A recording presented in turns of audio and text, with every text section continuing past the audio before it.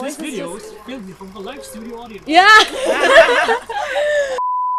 Hey guys, and welcome back to Live Love Lang. Today I'm going to be talking about something that I say that we talk about all the time, but we don't actually talk about it that often, and that is how to study multiple languages at once. So actually, this specific video is covering how possible it is and when you can and when you cannot. I have covered my personal habits and my ways that I study individual skills and individual things, so if you want to check that out, I will put it in the cards up above. But today I'm going to be talking about the things that you should consider before you decide to take on 5 new languages in 2020.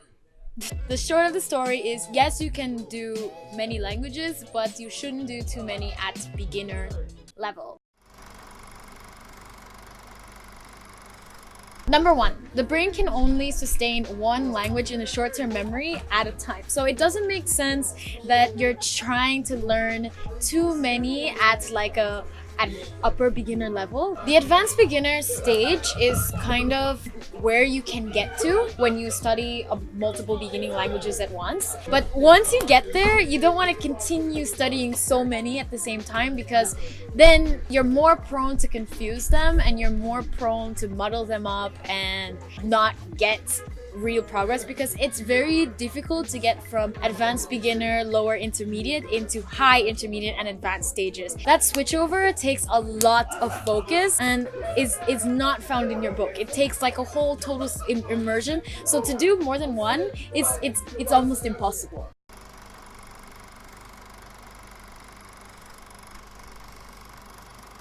Number 2, your foundation in the language is gonna shape your language studies for years to come. If your pronunciation is awful in your whole beginner stage, like from beginner to advanced, most likely it will be pretty bad in the later stages too. Or that is to say, it's going to be very difficult to change those habits. So you need to remember that your beginning stage, despite seeming harmless or not too much of a big deal, or oh, I'm just starting, or I'm just listening to this lesson, it is the most important part. It really is. It is so important. So make sure that you spend time on it, you know? Allow yourself to put that time into the language rather than spreading yourself too thin across 5.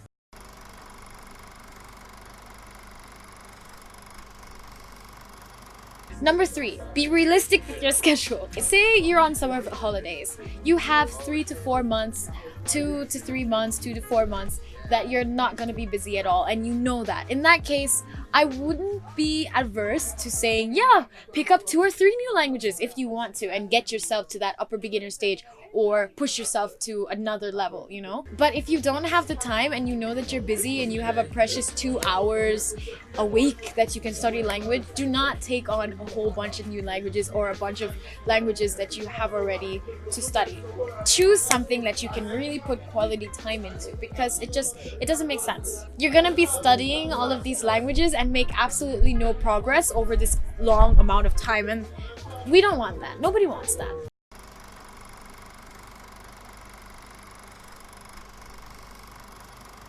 Number 4, the more languages you study is the more you split your time. And the more you split your time is the more you split your progress, because time equals progress. The thing about this is honestly just to be realistic. You need to be realistic about your expectations and be realistic about how much you're gonna progress. If you have a specific goal, like, yes, I need to pass this exam like this year, then you need to look at how much time you need to put in to finish the specific things that are gonna get you to pass that exam. Don't just be like, yes, I want to study this and this and this, and I'm gonna get to this level and this level and that level, but then you only have an hour a week. It doesn't make sense. So piggybacking off the last point, try to build expectations that are smart. You know, ones that are measurable and specific, and yes, I can actually do this. That way you're gonna see your progress, and then in seeing your progress, get more motivated and more excited so that you can do even more in the future, that you can progress even more in the future. Because if you don't, and you make these ridiculous expectations, and then you're like, Teresa, why didn't I get better this year? I did everything you said. I tried all these things. Yeah, but how much time did you actually put down? How much were you splitting yourself? How thin were you spreading yourself? Set goals that make sense. You may even surprise yourself. You could study 3 languages this year and get better in all 3 languages. Or, for example, you want to up your level in these 3 specific ways. I want to be better at speaking in this one. I want to be better at reading in this one. I want to be able to have conversations with this person in this one. Those specific goals you can achieve across different languages if you put your mind into very specific tasks rather than, oh yeah, I'm gonna get better at all of these 3 languages and it's gonna be great, I'm gonna be fluent. Like, that is unrealistic and you're setting yourself up for failure.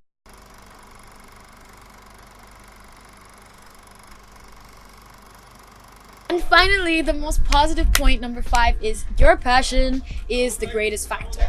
Learning a language is all about what you're interested in, what you're thinking about, what you're doing, what you're interacting with. So if you are super passionate and you're like, no, I need to study these 2 languages this year, I just need to do it, then most likely you will. Honestly, your passion, the amount that you want to study, the amount that you do study, the kind of sources that you choose, the painstaking moments that you take to learn these languages is what is going to allow you to become fluent, to up your level, to be able to read this book, to be able to watch this movie.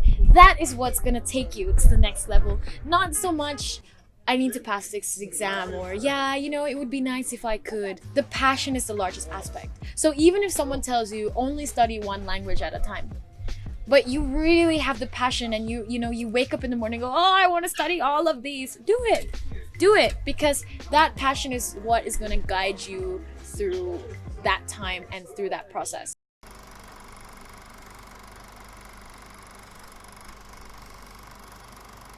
Summary. Just to give you a short yes or no explicable summary of this video, yes, you can study multiple languages, but you must be very passionate about all of it and be in the mindset that you're going to spend a lot of time to find all of these individual sources and all of these individual things and all of these nitty-gritty stuff, find tutors, go to meetups, call people on Hello Talk.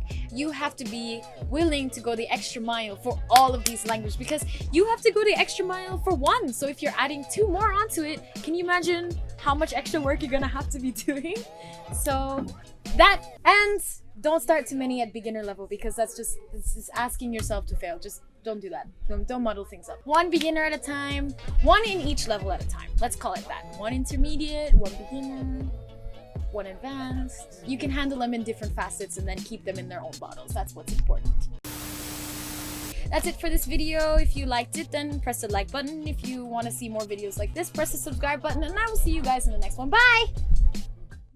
That's it for today's video, and we hope that you enjoyed it and it was helpful for you. We produce these free videos with your support, so if you want to know how to become a patron, you can check the description down below, or you can search on patreon.com/livelovelang. Get your free templates and vocabulary lists on our website, learnglobal.com. Why are you waiting? It's free! Like, subscribe, hit the notification bell, comment down below, show us some love, and we will see you in the next video. Bye!